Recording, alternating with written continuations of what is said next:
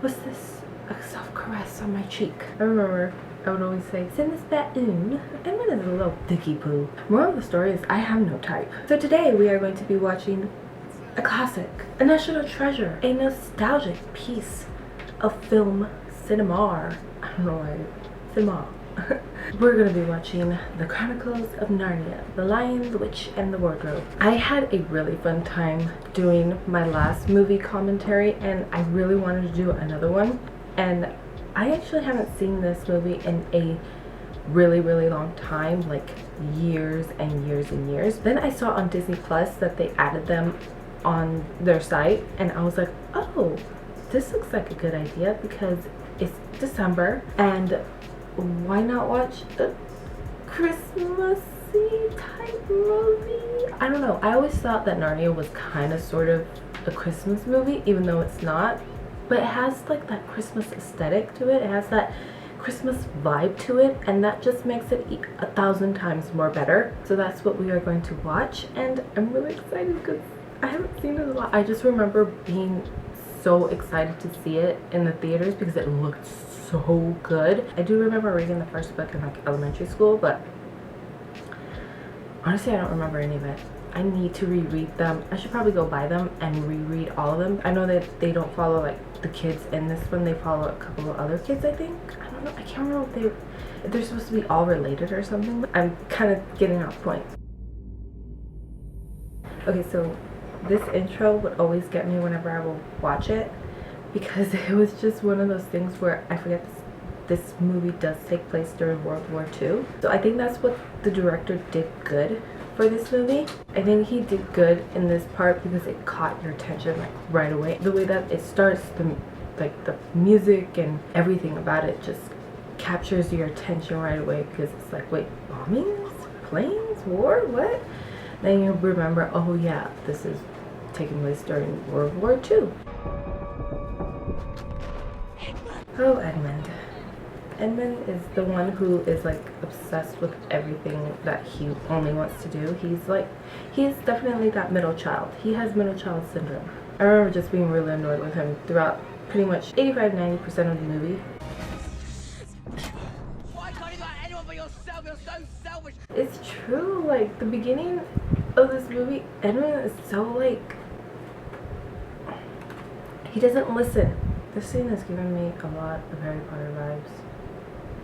Or should I say, Harry Potter gives me vibes of Narnia. Because, what? No. Yeah, no. Narnia came out before Harry Potter. Even the book, right? Look at those haircuts. Oh, also another thing I love about this movie is the fact that all the actors are the character's age that they are supposed to be portraying. I think that's another good thing that the director did in casting. He casted actors who are their actual character's age. I know how to get on a train by myself. I love how Edmund's just like, get off. And Susan's just like, come on, bro, come on. I love the way that they did Susan's hair. Grumpy face. That's a beautiful shot. Yeah, I'm getting, I don't know why I'm getting all the Harry Potter vibes.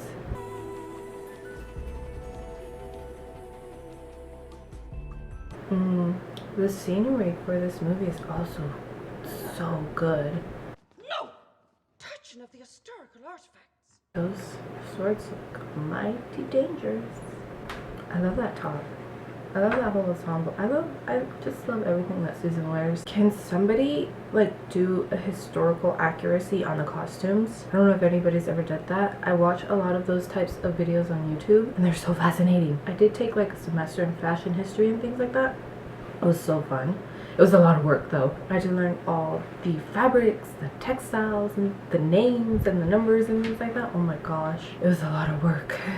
Like I was saying before about the character and the actors and stuff like that, the way that they're portraying their characters, I feel that, you know, obviously the oldest, who is Peter, he has to be like the head of the group. Like he has to be the dad and take care of all of them. Then there's Susan, who's the oldest daughter, who is the more logical one, where she has to think things out and make them make sense. Then Edmund, who has like middle child syndrome and just wants to rebel and be Mr. Grumpy Face. And then we have little tiny Lucy, who's the baby, and everybody has to follow what she says pretty much. Yo, I would love to live in a house like that. I would have so much fun. I get lost, but it'd be fun getting lost in a house like that. I was here first. Edmund is a little dicky poo. He is a dicky poo. She was obviously there first. Yeah, like I said, everything about this movie, like, oh man, everything just meshes so well. From the costuming to the setting to the design to even the music. Look at this scene right here where she pulls it down. She discovers it. That's nice. That's a nice wardrobe. You know how a bunch of kids were waiting for their Hogwarts letters with those waterfalls? I was wanting to go into a wardrobe. Go into Narnia. So this scene, little tidbit, because I love learning about behind the scenes and watching how they make the movies and things like that. The scene where Lucy first enters Narnia is actually where the actress is literally seeing this set of Narnia for the very first time. The director did not let the actress step foot or see anything about this set so that way he could get an authentic reaction. And I think it worked out. I think it worked out. I wish we had lampposts like that. Those are just so nice. I always forget James McAvoy is in this, but I think that's her first time seeing him in costume also. Oh, that looks a little bit scary. Just that scene of him walking across, that looked a little scary, like a horror film waiting to happen. I was hiding the wardrobe in the spare room. Spare room. Spare room? I remember I would always say spare room. It's in the spare room. Every stick and stone you see, every icicle, is Narnia. It's an awfully big wardrobe. That's a big wardrobe.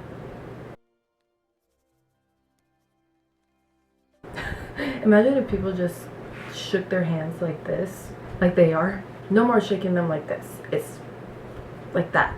No more. It's doing this. It's doing this. We'll even break into the sardines. Oh, sardines. Gross. To each their own. Double checking. Because he about to commit a murder. What the heck did he... With his feet? This probably won't sound anything like one. Oh, he about to play her a lullaby to put her to sleep and then kill her. Dang, this is putting me to sleep. Wow. And that's why he's gonna save you, Lucy. I feel like they could play brother and sister. I don't know why. They kind of look the same. Now go.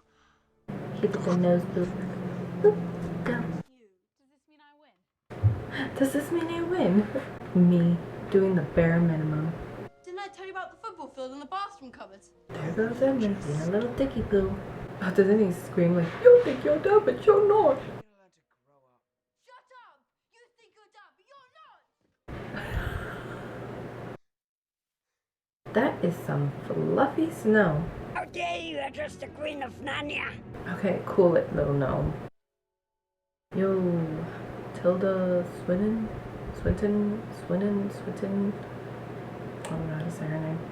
She always plays those roles, these types of roles. I really liked her in Constantine. That's such a good movie. Keanu Reeves, Rachel Weisz. I wonder how much that hair weighed. Because it looks, oh maybe it doesn't look, oh, I don't know. No, it looks like it would be heavy. Yo, I want me one of those. Can you make me taller? Being taller would be nice too. But I want to try Turkish Delight one day. I tried to make them, but it was a disaster. Ow! Get over yourself, Dicky Poo. It's just a little frozen water. Did that bird just psst us? Did that bird just psst us? Rude. You could have just said, hey, yo, look over here. Elsa ain't got nothing on this Snow Queen. Liam Neeson! It's Liam Neeson! Liam Neeson is the best thing that could have happened for this movie. He's Liam Neeson now. Yo, I remember when I watched this movie for the first time, I had a huge crush on Peter. I was like, that's my type right there. And then I saw the second and third movies and I was like, no, that's my type right there. Moral of the story is I have no type. That's a nice sword. There is no need to speak to Edmund about what has passed. Peter's like,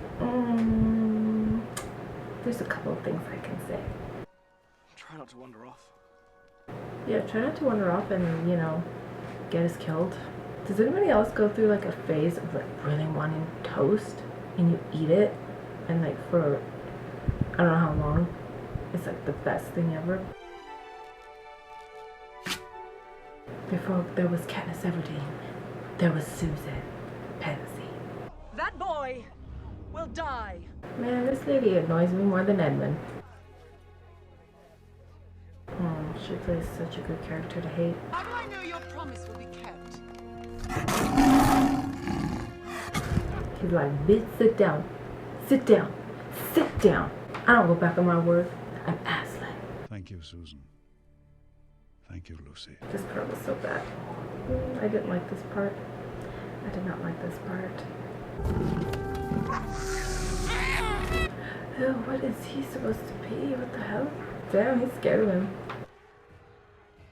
It's fake, it's fake, it's fake, it's fake. This is not real. This is not real. Was this a soft caress on my cheek? Aslan believed you could. So do I. Ah, we love growth in a character. That's beautiful. Oh, the fight scene. Oh, yes, here we go. Yes! It was my favorite part throughout the entire movie. This is what makes this movie so great. This entire scene, like the movie itself in a whole is just amazing. This scene, I don't know what it is about this scene that just brings me back to watching it for the first time. It gets me so excited. Are you with me? To the death. He's like, yo, I've only known you for like, what, 2 days or something? But yeah, to the death. Oh my god, I would always quote that. For Narnia and for Aslan. Like, who didn't do that? Who did not do that? Oh man, like I said, everything about this movie is just so good. Oh, that was badass. The double pull sword. I love how it goes silent. I love that. I love when it, like, you hear the music and then all of a sudden it just goes silent. Like, it builds that suspense and then Peter and Edmund will have gone to war. yo, Lucy, calm down. She pulled that sword like blood, murder, I must have it. What the heck is that fire gonna do? She's literally made of ice. She's gonna go right through that. See what did I tell you? What did I tell you? She's gonna go right through that. That green screen. This being made in like 2005, 2006. Obviously, like back then, that was like the best thing ever. Like for green screen and, you know, also the use of CGI and animals and things like that. I mean, even now, it's still like so good. It's a freaking rhinoceros. He's like, don't worry, Lucy. I got you. I got you. I got them. I'm just gonna breathe on them a little. Brought them back to life. What if he had like really bad breath? That certainly brings somebody back to life. Don't you dare kill them.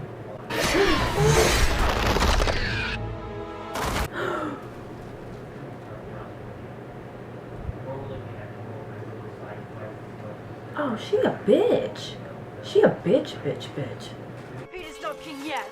Pete is not king yet, so I'm gonna sacrifice myself to save him. Little Dicky Poo to the rescue! He's like, move, bitch, get out the way! Oh, that was kind of loud. Oh, that was kind of loud. Yeah, you gotta pay attention, dude, or else you're gonna die. And this is where she realized her fate. Oh, that's so weird. Whoa, that is so trippy. That's a nice castle. I love their outfits. Their crowns are so nice looking too. I love their crowns. They're all nice. Like, this is what I'm talking about. Everything from the set design to the costuming to the prop, the music, everything about this movie is just so good. Oh, and here they are older. Another little fact, the actress who plays the older Lucy, I think is related to actually the actress who played the younger Lucy.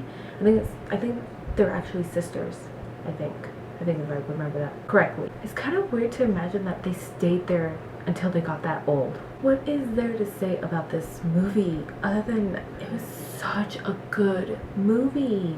If you have to watch one movie in your entire life, this is definitely one of them. Like, it has everything. So that was my film commentary for the Chronicles of Narnia, The Lion, the Witch, and the Wardrobe. I kind of want to do the second one, but I might. I haven't seen that one either since it first came out, and it's been such a long time. But this movie, I don't know what it is. It just brings a sense of nostalgia for me. It brings back good memories. Like, if you haven't watched it, I definitely suggest you do. I think I'm gonna go buy the book. So yeah, let me know what you guys thought of this commentary. Are they to your liking? Do you guys like them? I'm pretty sure you guys could tell that I love them. Then let me know if you guys want me to do the second movie, because that one is interesting too.